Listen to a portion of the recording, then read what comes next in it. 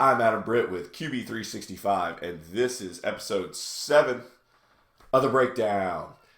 Just going to put the pressure on myself right now. This could be one of the best videos I ever put up. Could be the best thing I ever do for the rest of my life. It could be all downhill from here. So hopefully not, but we'll see.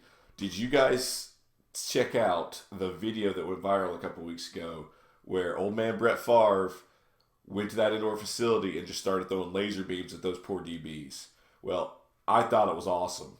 And we're actually going to look at it and see why he's still able at 50-something years old to throw the ball so well with so much velocity. And it's not just because he's genetics and his shoulder's way better than our shoulder, which it is. But we can develop this stuff and we can learn mechanically why he's able to do that. So let's take a look. So here he is, sporting his Wrangler khakis, scratching his beard. Watch the velocity.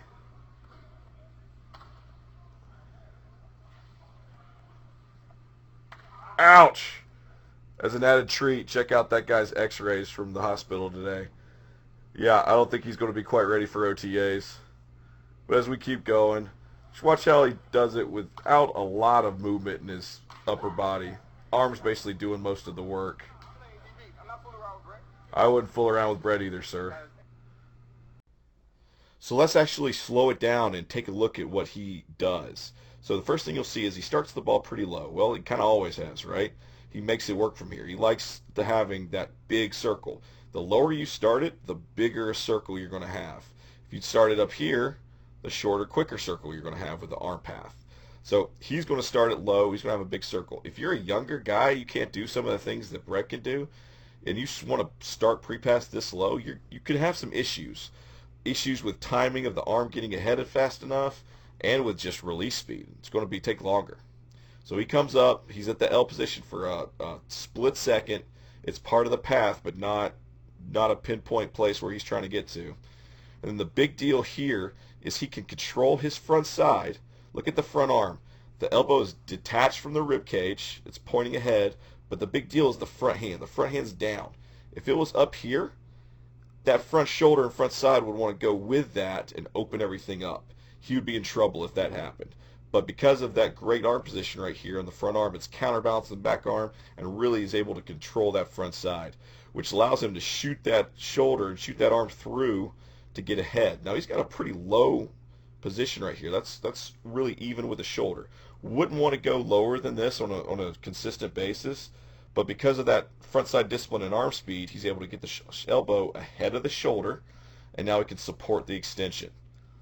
And now you see the front shoulder does not really turn until that extension. He is turning behind the arm. He is not turning to help the arm. That is a big, big deal. And oh yeah, guess where Aaron learned how to be awesome? Sure wasn't in college. He was sticking the ball up in his ear back then. No, he sat on the bench for 3 years. Watch Brett. Watch what Brett did. Watch how Brett didn't get injured his whole time there. Learned how to never set their feet, but it didn't matter because their arm could go wherever they wanted to as fast as possible. Their games are so similar, and it's because he got to watch him. If he would have played for any other team, Aaron Rodgers might not be the Aaron Rodgers you and I know.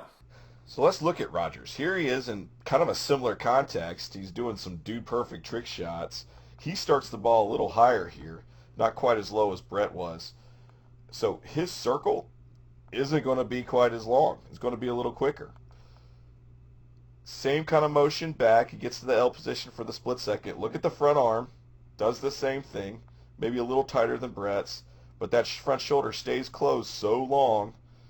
So when Aaron gets here, he's a little higher with the elbow. Okay? That's more what I would teach a young quarterback. In that elbow a little higher. It's a little easier to get through. Front side stays closed. He extends, and then the shoulders rotate around. Again, he's turning behind the throw. The arm is leading and rotates behind it. We're never going to help pull the arm through. Little higher throw here. Same kind of positions. Front side's disciplined. Extends through, turns behind. Very, very similar motions. Aaron starts a little higher, and his elbow gets through a little higher. but very, very similar motions that do not require perfect footwork. You notice that both of these guys, they kind of fell over at the end. Doesn't matter when your arm and body discipline is so good. So if you guys get anything out of this video, heck, anything out of everything that I've ever talked about as far as throwing mechanics, get the fact that you have to learn and develop the ability to move your arm separate, independently from the body. Arm freedom, arm independence, arm speed, whatever you want to call it. Okay? If you can do that, tweaking path is so easy. Where guys have trouble changing anything is when they have no control of their arm because their body's pulling the arm through every time. Okay? Arm can't do anything if it's getting dragged because of the body, whether you're opening up early or tilting forward. Learn how to move your arm. Trust me, I know that we can't beat Brett Favre, Aaron Rodgers if we just work hard. It's not going to happen.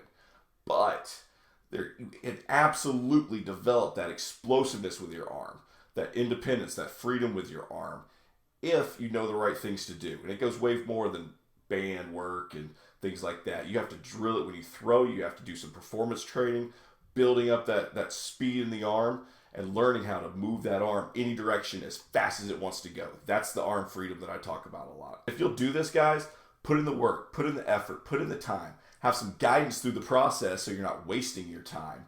You might not be Brett Favre or Aaron Rodgers, but you're gonna be the best thrower you can possibly be. Okay? So till next time, guys, go out there and throw better.